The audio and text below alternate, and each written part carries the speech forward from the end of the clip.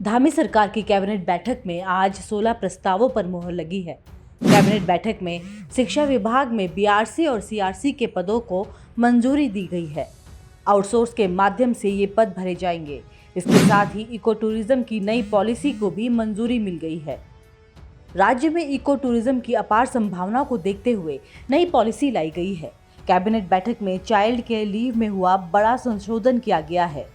प्रदेश में अब महिलाओं के साथ पुरुषों को भी चाइल्ड केयर लीव मिलेगी। साथ ही उत्तराखंड बोर्ड परीक्षार्थियों को बैक पेपर देने का मौका दिया गया है। छात्रों को 2 विषय में फेल होने पर बैक पेपर देने का मौका मिलेगा। कैबिनेट बैठक में पैराग्लाइडिंग के समय हादसों को देखते हुए नई नियमावली बनाई गई है। हादसा न हो इसके लिए नियमावली में ट्रेन्ड लोगों को ही लाइसेंस दिए जाने के लिए नियम बनाया गया है। कैबिनेट बैठक में अशासकीय स्कूलों में प्रबंधन समिति के चुनाव 3 सालों में ही होने पर मंजूरी दी गई है। पहली प्रबंधन समिति का चुनाव 5 साल किए जाने पर सुझाव मांगे गए थे, जिस पर यह फैसला लिया गया है। उत्तराखंड में अग्नि की बढ़ती घटनाओं को देखते हुए भी कैबिनेट में बड़ा निर्णय लिया गया। फायर ब्रिगेड को 7 श्रेणियों में बांटा गया है। मैदान के साथ साथ पहाड़ के शहरों में भी फायर ब्रिगेड की टीमें तैनात होंगी। कैबिनेट बैठक में नगर पंचायत कालाढूंगी के विस्तार का निर्णय लिया गया है। जमरानी बांध को लेकर विस्थापन प्रक्रिया में 300 एकड़ जमीन जनता को आवंटित किया जाएगा। जिनका विस्थापन होना है उनको विस्थापन नीति के तहत आवंटित किया जाएगा। कैबिनेट में सीएम मेधावी प्रोत्साहन छात्रवृत्ति योजना को भी मंजूरी मिल गई है। 11वीं और 12वीं के बच्चों को 1200 रुपए छात्रवृत्ति मिलेगी। 80% के ऊपर अंक लाने वाले बच्चों को छात्रवृत्ति मिलेगी। ब्लॉक स्तर पर छात्रों का चयन किया जाएगा। आज की कैबिनेट में कुल 16 मत आए। इसमें पहला मत जो था प्राथमिक शिक्षा विभाग का था, जिसमें ये काफ़ी समय से लंबित था, जो ब्लॉक रिसोर्स पर्सन और सर्कल रिसोर्स पर्सन, इनकी भारत सरकार द्वारा इनको ऑनरेरियम पे रखा जाना है। तो ये कुल 285 बीआरसी और 670 सीआरसी रखे जाएंगे, कुल 955।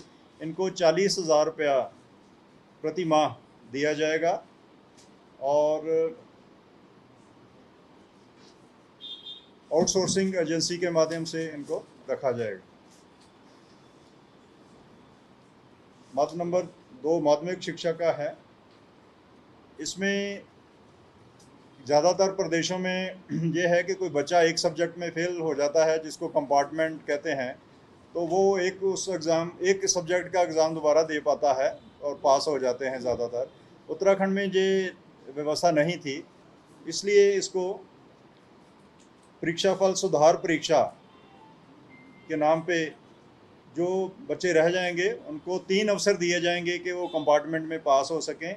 और किसी के नंबर कम आए, मान लीजिए बहुत होशियार बच्चा है, एक एग्ज़ाम के दौरान वो बीमार हो गया या घर में कोई ऐसी परिस्थिति आ गई, वो पढ़ नहीं सका और एक सब्जेक्ट में बहुत नंबर कम आ गए, उसका करियर कई बार ख़राब हो जाता है, तो उसको अपने चाहे पास हो गया लेकिन नंबर सुधारने के लिए भी एक अवसर दिया जाएगा। सब्जेक्ट का उसमें सब्जेक्ट नहीं, इसमें सीमित नहीं है। कंपार्टमेंट के लिए 2 हैं। कंपार्टमेंट के लिए 2 सब्जेक्ट है। तीसरा मत पर्यटन विभाग का था। ये एरो स्पोर्ट्स या पैराग्लाइडिंग वगैरह जो चल रहे हैं, तो इसकी एक्सीडेंट कोई ना हो, क्योंकि पर्यटन में एक भी एक्सीडेंट होता है, किसी एक की भी डेथ होती है, तो इतना ज़्यादा मैसेज नेगेटिव चला जाता है कि बाद में उस जो भी ऐसे पर्यटक जो प्रदेश में आने वाले हैं वो डिस्करेज होते हैं। तो ऐसा कोई एक्सीडेंट ना हो, तो इसकी एक नियमावली बनाई गई है, जिसमें एक ये भी किया है कि जो भी अप्लाई करेगा 1 माह में ही उसको स्वीकृति दे दी जाएगी, ताकि लंबित चीज़ें ना रहें।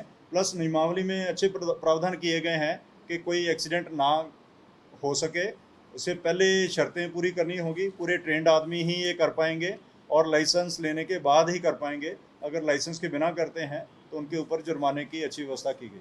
आज ही डाउनलोड करें देवभूमि इंसाइडर ऐप।